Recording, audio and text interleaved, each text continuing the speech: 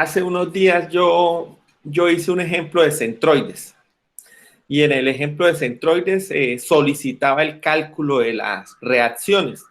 Eran dos figuras, no las dos tenían las reacciones horizontales, sino una las tenía horizontales y la otra la tenía una horizontal y una vertical.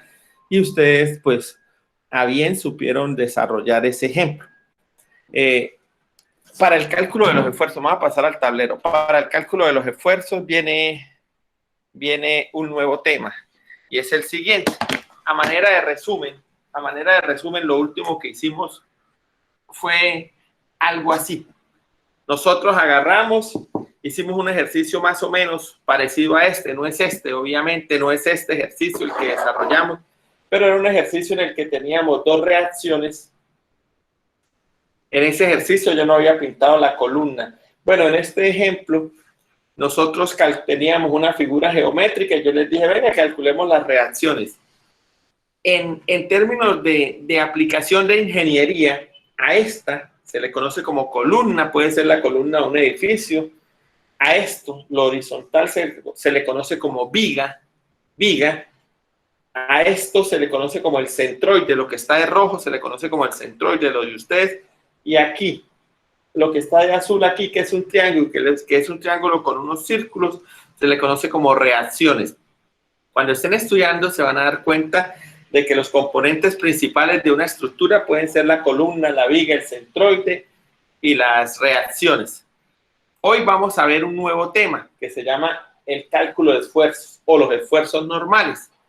¿Por qué es importante saber los esfuerzos normales? Hombre, porque hasta este momento ustedes ya saben calcular el centroide y calcular las reacciones, la de A y la de B en este caso.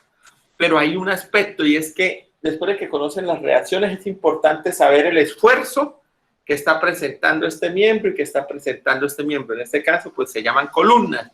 ¿Por qué es muy importante? Porque de verdad, en vida real, lo que soporta ahí en su casa, si ustedes se detallan, miran su casa tiene columnas que después pues soportan paredes.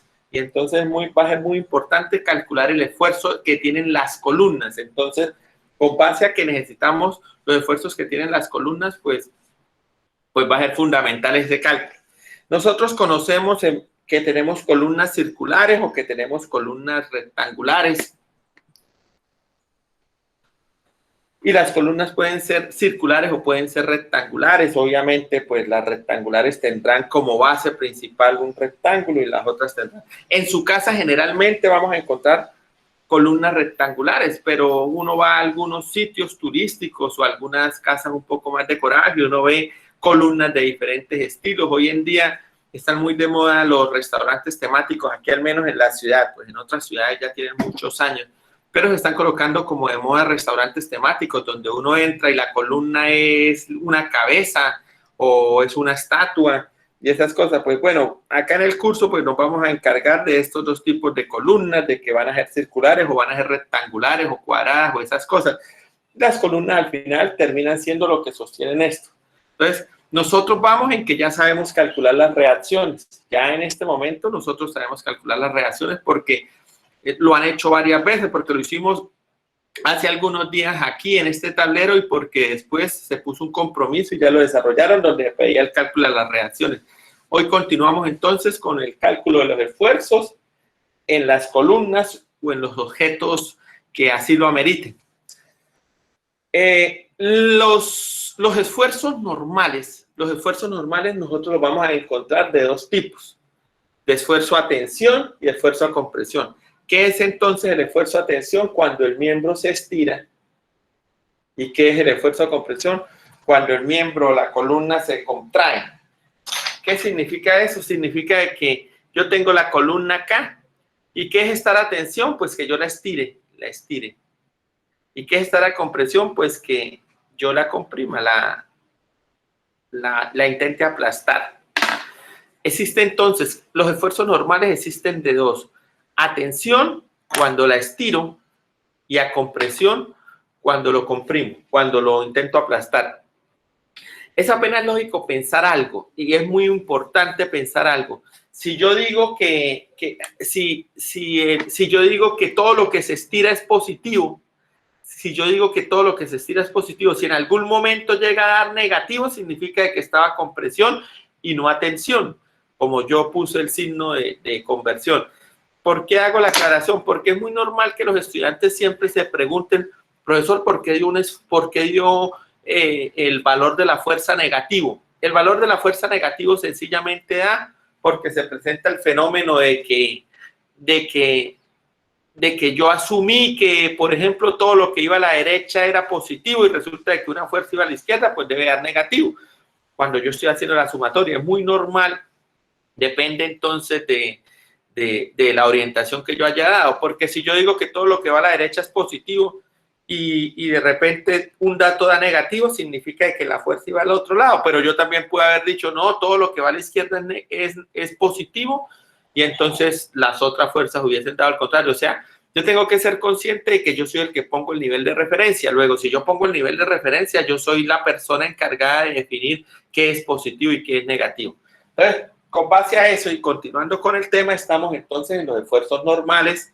Los esfuerzos normales se fundamentan entonces primero habría que calcular los centroides que tienen las vigas para calcular las reacciones, y una vez que tengamos las reacciones vamos a calcular los esfuerzos. En los esfuerzos ya sean las columnas, esta puede ser esta y esta puede ser esta, pueden ser cuadradas, rectangulares, en su caso generalmente se encuentran rectangulares, y la fórmula del esfuerzo es esta: esfuerzo es fuerza sobre área. En casi todos los autores lo conocen como P sobre A. Entonces, si esfuerzo es fuerza sobre área, ¿cuáles son las unidades de la fuerza en Newton? ¿Y cuáles son las unidades del área en metro cuadrado? Luego, el esfuerzo es igual a Newton sobre metro cuadrado. Y nosotros ya habíamos visto que a esto se le conoce como Pascal o PA, pascales. Por eso es que en el parcial se solicitó pasar de pascales a PSI. ¿Por qué? Porque era muy importante, o porque en el parcial se pregunta siempre, discúlpeme, en el parcial se pregunta siempre la conversión de unidades, que es un tema que obviamente ya habíamos desarrollado, ya desarrollamos aquí. Entonces, con base a esto, pues, esto es. Entonces, vamos a pensar en el ejemplo que ya desarrollamos la vez pasada. Vamos a desarrollar eso. La vez pasada yo puse un ejemplo que era aproximadamente así, era como una figura acá, que tenía algo aquí, creo que era así. Así, tenía un triángulo, tenía acá la pieza. Y tenía como una reacción aquí, o sea, las reacciones estaban de este orden. Había una acá, que puede ser esta, y una acá, que puede ser esta, por decir algo. Y este ejemplo nosotros, ustedes hicieron el compromiso y calcularon esta reacción y calcularon esta reacción. Pues vamos a suponer que esta reacción es esta y que esta sí está anclada a la pared, vamos a suponer. Y entonces, yéndonos a un ejemplo, sería este, mire.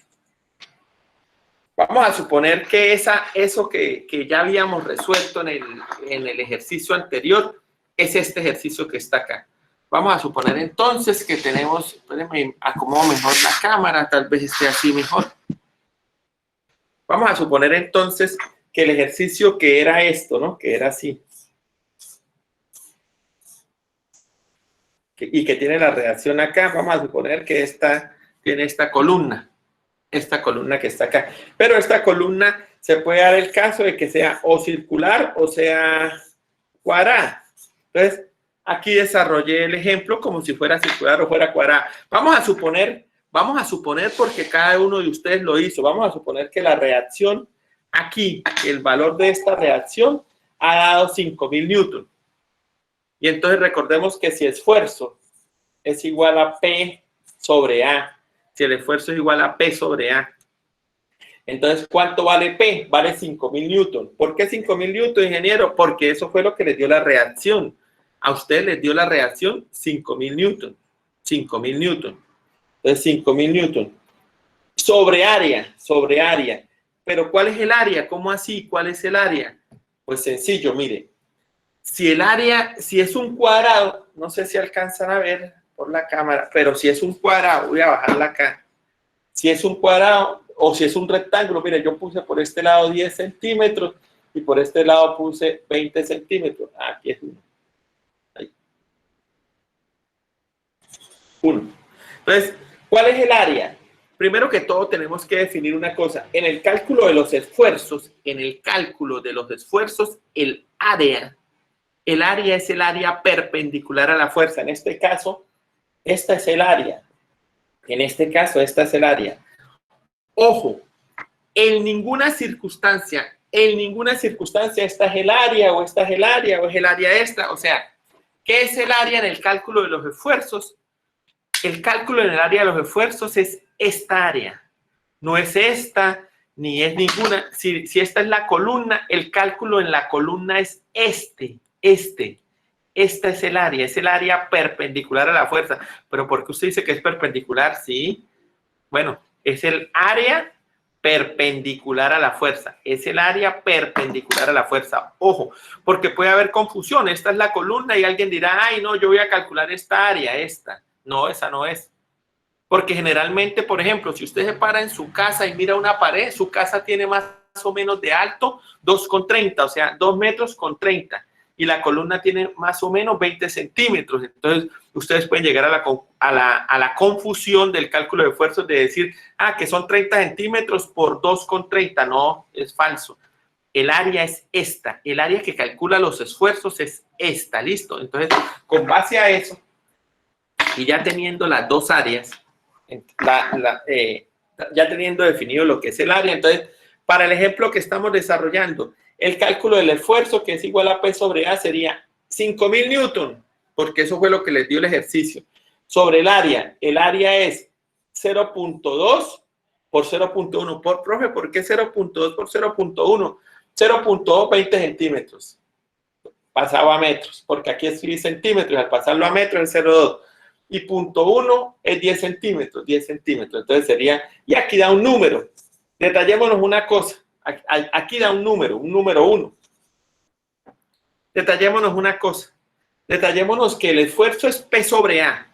Sin importar, el esfuerzo es P sobre A. Lo único que está variando es el área.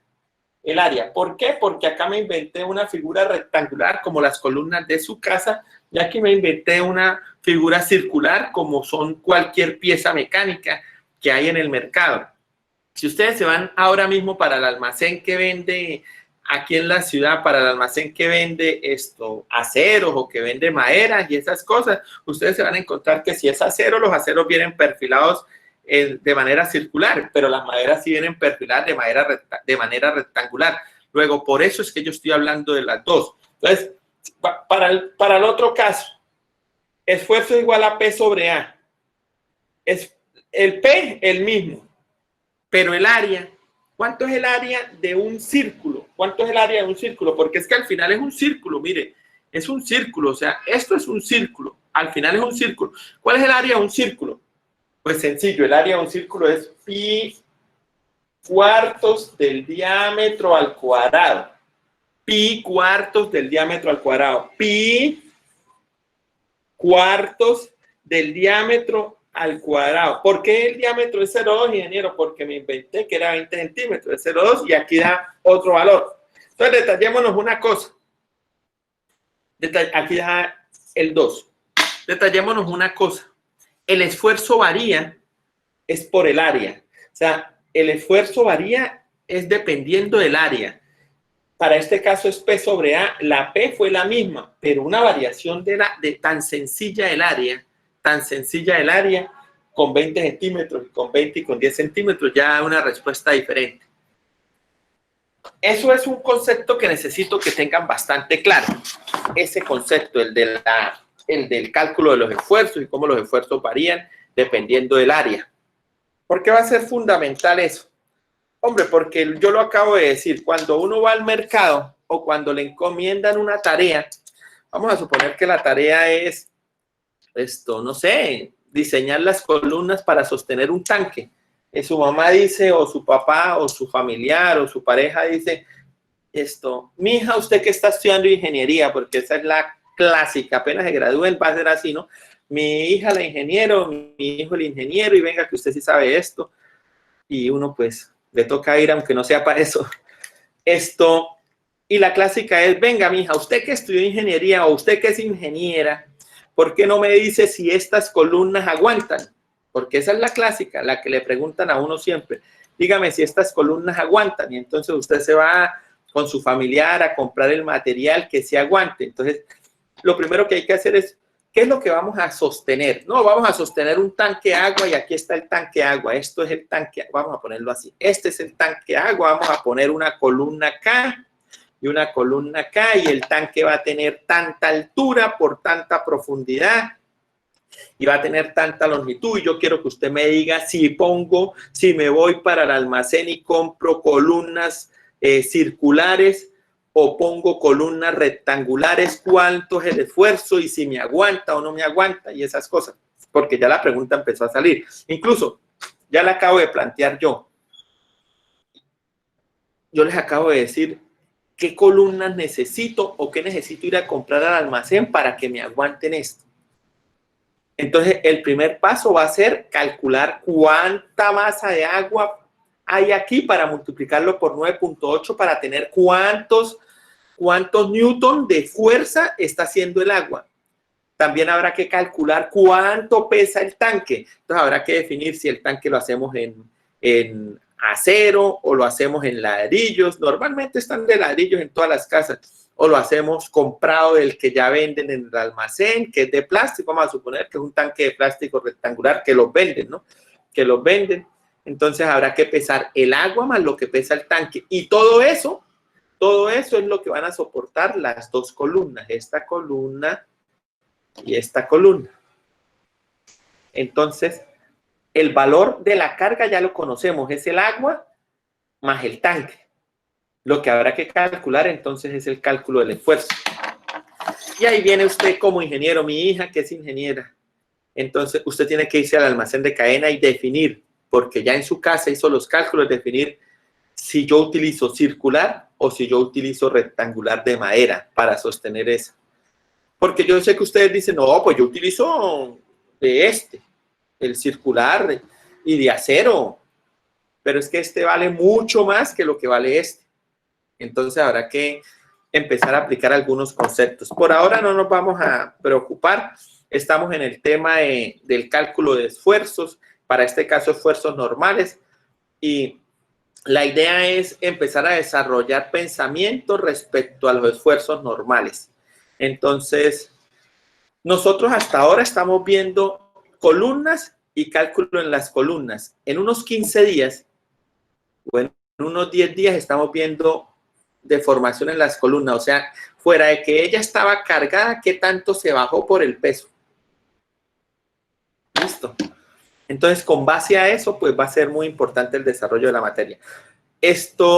Los invito a que, por favor, repasen nuevamente este video, lo revisen el de centroides, porque los compromisos que ya están, necesito que los revisen y digan, bueno, chica, es que si yo no aprendo bien lo de centroides, no voy a tener el cálculo de la reacción, que es el valor que voy a necesitar en la P para calcular el esfuerzo. Entonces, por favor, el repaso va a ser fundamental respecto a esto, respecto a que tengo que aprender por mí mismo, bajo un repaso que yo haga, cómo calculé las reacciones en el cálculo de los centroides para así irme a calcular los esfuerzos.